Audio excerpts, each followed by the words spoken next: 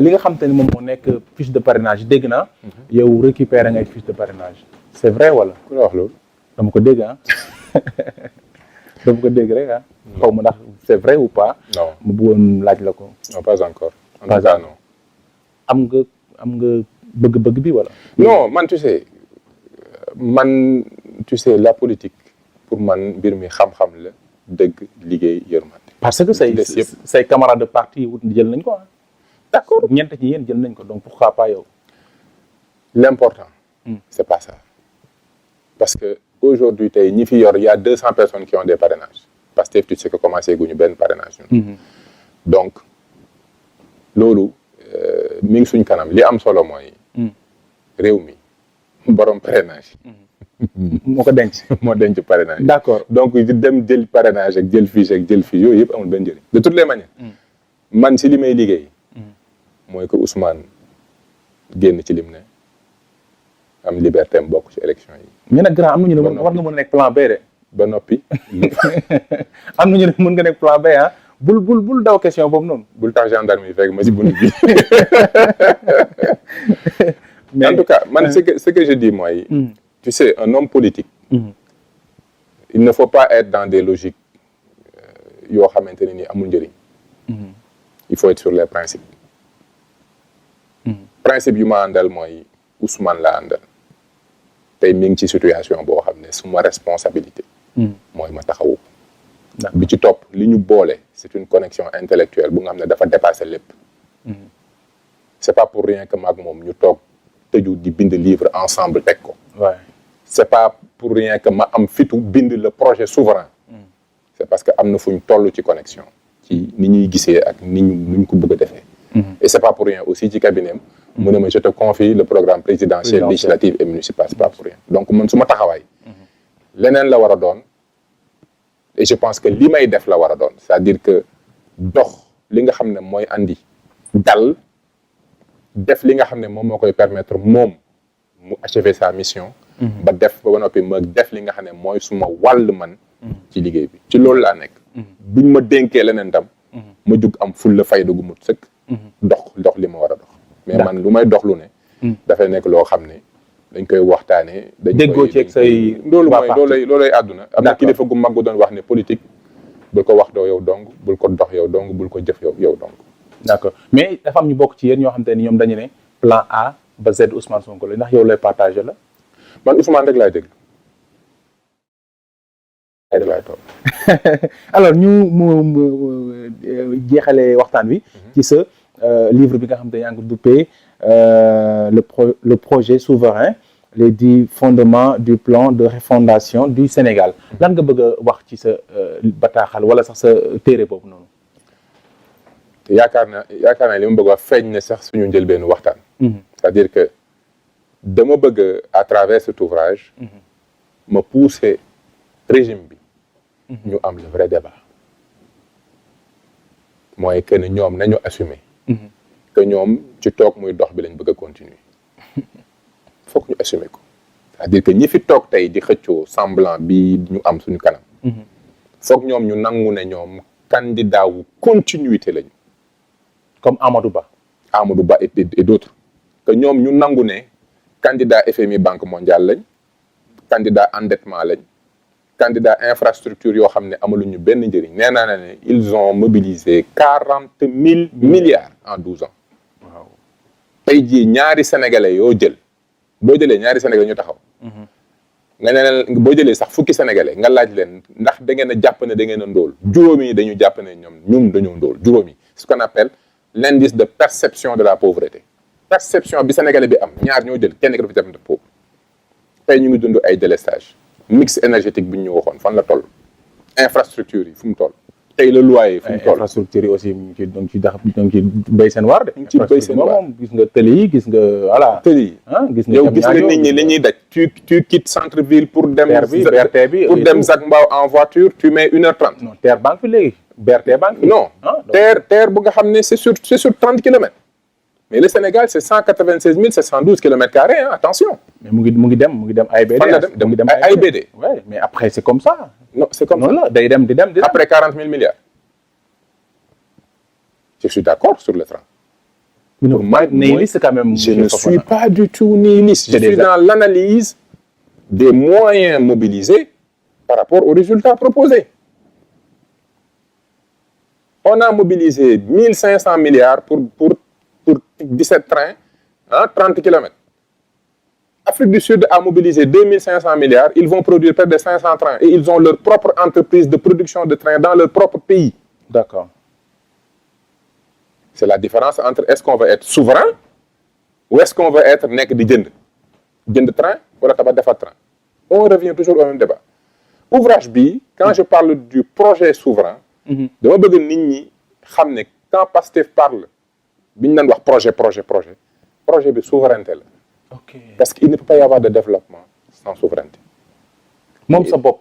moom sa bopp mënal sa bopp xalaatal sa bopp loolu mooy wax ji. Développement, c'est le résultat de l'organisation. Un pays qui s'organise, qui organise son territoire, qui organise ses hommes, qui organise l'utilisation des ressources. Quand un pays s'organise, un pays se développe. Pour organiser, développer. Mais l'organisation, il faut l'autonomie, c'est-à-dire ta capacité de mobiliser ses hommes, de réfléchir sans bopp. ci ban aménagement territorial lañ soxla pour le Sénégal. ban planification économique lañ soxla. suñu géej gi lan lañ ci war a def. c'est quoi nos intérêts. Je donne un exemple. dañ jëloon suñu ñaari bloc jox ko BP. waaw BP ñëw waaf lépp téye. BP dem ba ci biir ne bon comme man am naa feneen am feneen Sénégal benn lay exploité bi ci des man sama yoon newu ci. loolu moo ñu dal. moo encore une fois jël suñu lépp wékk ko ñeneen ñu toog di xoole ba ñu changer seen plan suñu plan tombé à l'eau. Souveraineté boobu la ñuy wax aujourd'hui est-ce que pare nañ pour par contre souveraineté de question rek économique. c'est la souveraineté c'est d'abord économique mais aussi une souveraineté civique c'est-à-dire que foog nit ñi nangu ne ñoom dañuy nekk citoyen bi jëriñ askan bi. day nekk citoyen bi ñu war a doon mais citoyen boobu nu mu war a mel. et parmi les 10 fondements am na 3 fondements yu nga xam ne dafa concentré wu ci quel type de société on doit avoir. D'accord. Une société des valeurs. delloo si waat valeurs yi nga xam ne mooy tax sénégalais bi doon un vrai type de sénégalais. ba noppi fexe ba sénégalais bi gëm xam-xam parce que lu dul xam-xam du mujjee ci lenn. ba noppi ñu am système politique bi ñu war a am mooy tout le problème que ñun suñu organisation ñu dissoudre ko te suñu leader rek problème bi ñu dal yépp problème mu système la mooy maanaam système de gouvernance boo xam ne da nga ko jox les moyens de contrôle. da nga ko jox les deniers publics. da nga jël président de la république jox ko 40 000 milliards su ko neexee mu jël 2% 3% jox ko collectivité locale yi te kenn du ŋaan. jël assemblée nationale. buñ ne 2 députés benn bi moo ko tànn ba ci des la askan wi fal. ba noppi justice ñu ne c'est un pouvoir. justice nee nañ pouvoir la. mais pouvoir askan wee lay dooleel. ban acteur justice nga gis ñu ne kii askan wee ko jox moo ko jox pouvoir bi muy def. Voilà le gros problème de notre justice. Man, j'ai la chance, peut-être, d'avoir évolué en Amérique du Nord pendant une dizaine d'années. Et là-bas, le procureur, il est élu. Askan wi mooy tànn nit ne ko toi tu poursuis pour l'intérêt du peuple. loolay tax mu indépendant. yoonam nekkul ci kenn du ko jox lu mu war def ak lu mu warul def. kenn du ko jox instruction. ñu ngi wax juge des libertés mais bu ñu fi andi woon juge des libertés boo xam ne président moo koy nommé. buñ jëriñ la c'est du pareil au même. C'est du pareil au même. Ouais. Tant que le peuple n'est pas souverain, le système politique sert les dirigeants, il ne sert pas le peuple. Voilà les vraies questions qu'on doit poser dans ce pays. Est-ce que notre société transmet les vraies valeurs pour que nous soyons des vrais Sénégalais? Parce que des citoyens, les citoyens, 7, 8, 9, jàng biñ jàng war a jànguñ ko nit bi war a nekk ci moom nekkul ci ñoom xam bi ñu war a xam seen askan nekkul ci ñoom ñooñu ay problème la ñuy doon ci société bi du ñu doon ay solution. Attention, le sous-développement de ce pays c'est pas uniquement le régime. Ça aussi c'est les vrais débats qu'on doit poser parce que bu ñu fi nekkee tout le temps rek bi ñu nag régime bi on ne pose pas les problèmes comme on doit les poser. Ban Sénégalais lañu war tabax suñu école bii est-ce que mi ngi génne le vrai type de Sénégalais bi nga xam ne il est prêt à être un agent économique et un agent social. Est-ce que jox nañ ko valeur yi ñu ko jox est-ce que suñu système politique permettre na Sénégalais bi nga xam ne dañ ko yar tàggat ko mun a tànn parce que tey boo tàggati nit ki yar ko mu nekk ba am majorité bëgg tànn député bu baax bu tànnee benn député nga teg ci côté bi député boo xam ne parti bee ko tànn loolu fan lañ jëm. ay député parti lañu avant ñun amuñ député askan wi. waaw parce que dafa am liste boo xamante ne nii nañ fay dugal ñëpp logique politique moo leen andi. ba ci yéen ah. c'est le système qui est comme ça moo tax ma ne le débat du ñun ak ñoom le débat c'est un système qu'on a hérité de Senghor, Diouf, Wade ba Macky. moo tax ma ne il faut on doit gagner à poser les vrais débats de réorganisation de ce pays pour que réew mi développé wu. askan woo xam ne mi ngi dund ci réew mi. mais mënut sanctionner positivement wala négativement les acteurs de la justice. mënut a sanctionner positivement ou négativement les acteurs du législatif. président de la République corps de contrôle mu téye ko askan woowu il n'est pas souverain. mais bu ñu régler ces questions là. ban éducation valeur la ñu war a jox ban système politique est-ce que gëm nañ askan wu gëm xam-xam mais après il faut que ñëw ci ban façon état la ñu am état bii ñu am waxuma régime bi de état bi ñu am. état hérité du colon bu nga xam ne administration la gëm. état boo xam ne gëmul entreprise. état boo xam ne du planifier. état boo xam ne dafa téye lépp du décentraliser man gëwuma état boobu man état bi ma jàpp ne moo mën a développer Sénégal. état la boo xam ne bu yoree 1000 francs 250 yi da koy jox gox gaxaade ne leen liggéey leen. waaye du téye 1000 francs yëpp. état boo xam ne dafa gëm xam-xam parce que planification mooy l'usage de la science. dama gëm sax ne état à la place conseil économique et social bi dañu waroon am un conseil scientifique sénégalais pour le développement parce que xam-xam moo yor réew. ba noppi état boo xam ne dafa gëm état actionnaire état boo xam ne day xeex ci économie. àdduna yëpp pays yi développé yëpp seen état dañuy xeex ci économie. France da ngay gis mu jël Alstom di ko xeexal dem leen ngeen tapé agence des participations de l'état français France mi ñuy wax naan ñu.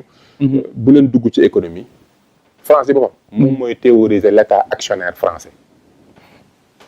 donc ñun nelaw bi ñu nekkee lañ war a bàyyi il faut que ñu nangu poser le vrai débat. est-ce que à partir de 2024 façon état bii lañ bëgg état boo xam ne ci nelaw la nekk parce que moo yor manette yëpp comme PlayStation.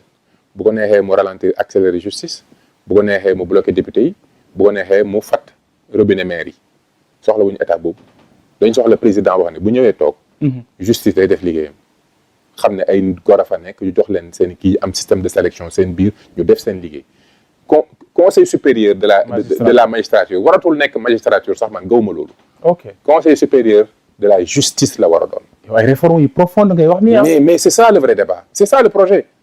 C'est ça, débat boobu la passe et c'est pour ça qu'aujourd'hui on s'acharne sur nous. Parce qu'on pose les vraies questions. Questions yoo xam ne ku bëggul askan wi dëgg pare jox askan wi doole ba noppi askan wi noot ko mu obligé de liggéey pour askan wi loolu mooy le vrai débat.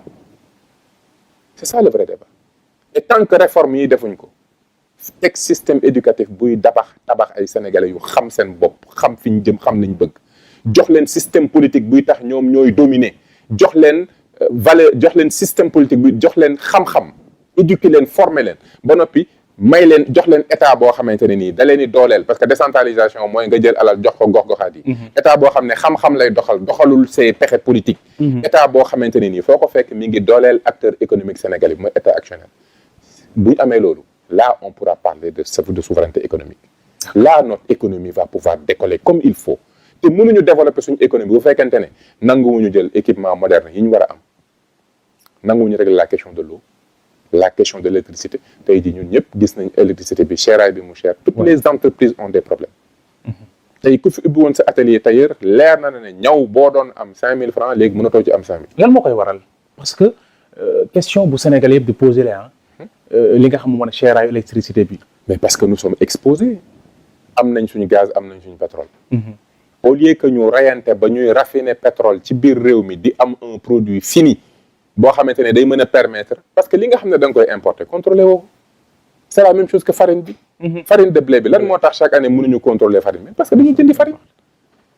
et moo tax ma ne la état bu nanguwul dugg ci logique gu état actionnaire ne sama objectif mooy 10 ans yi nañ am entreprise nañ am des producteurs sénégalais yuy produire blé c'est un objectif il nous le faut.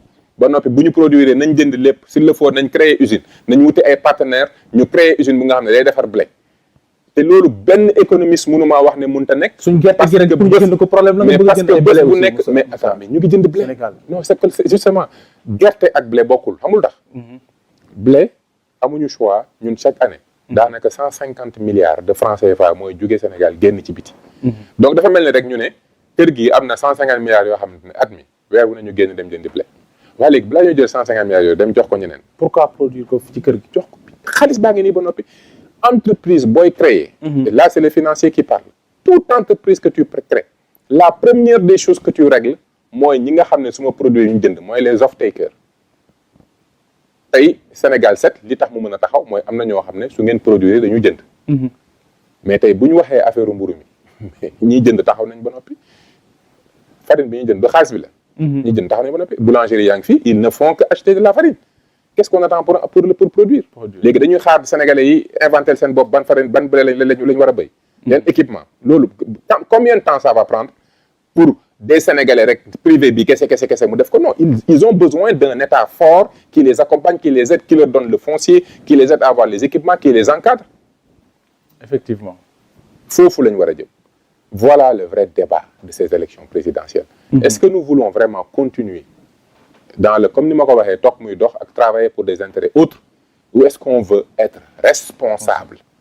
être souverain rek avoir des problèmes comme li Gandhi waxoon ba ko Indiens yi waxee ne ko est-ce que vous savez que si vous demandez l'indépendance vous allez avoir beaucoup de problèmes mu ne ko enfin ce seront nos propres problèmes et ce sera à nous de les régler.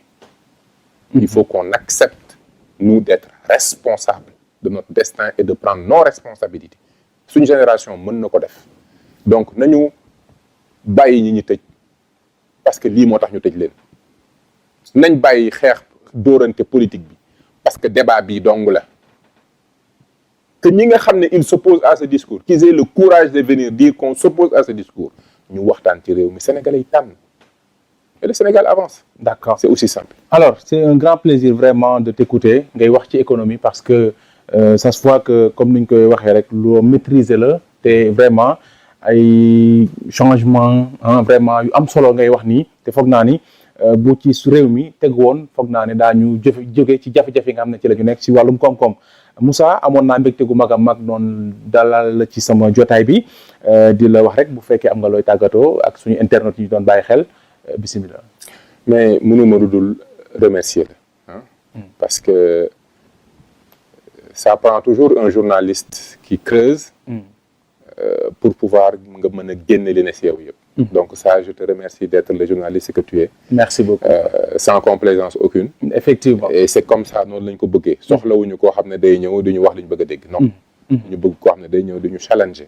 Et ça tu le fais très bien et c'est pour ça que je tenais à te réserver vraiment ma première sortie. Merci beaucoup. Donc, continue dans cette lancée. C'est un grand honneur pour moi aussi. Je te remercie du temps et de l'invitation. Di remercier téléspectateurs yëpp di wax ne bu dee am na lu jubul ci kàddu gi nañ ma ko jéggal.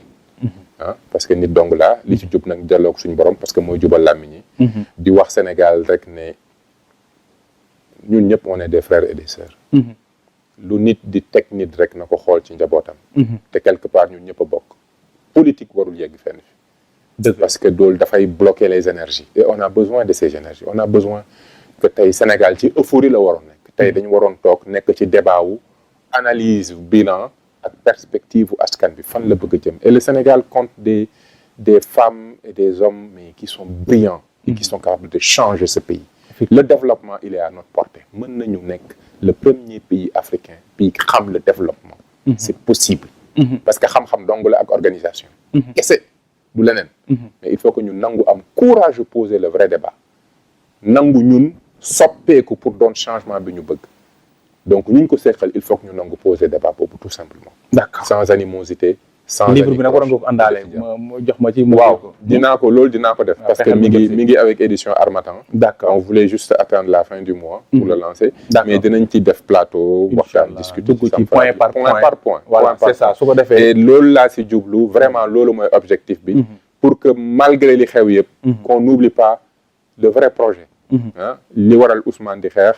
li waral man ñuy xeex. du suñ jëmm yi du poste du nekk président de tous. on se bat pour le Sénégal change. D'accord jërëjëf Moussa Balla Fofana nekk membre du cabinet PROS chargé du programme présidentiel législatif et municipal également moom moo bind wala sax moo bind li nga xam moom moo nekk livre boobu ñu duppee alors le projet souverain donc yéen ñi nga xam te ni aussi bëgg ngeen ko gëstu liifantu ko xam naa ni en fin du mois incha allah dina génn dina disponible donc ngeen lire ko bu baax a baax ndax bëri na ci ay mbir yoo xam te nii foog naa ne njëriñ la ngir sunu gaal comme ni nga ko waxee Sénégal ñun ñëpp ñoo ko bokk et foog naa ne bëgg-bëgg bi moo di ñëpp nekk ci jàmm ñu nekk ci Sénégal boo xam te ni aussi Sénégal bu meilleur lay doon mbokk yi leen di jaajëfal bu baax a baax ci bàyyi xel bi ngeen ñu doon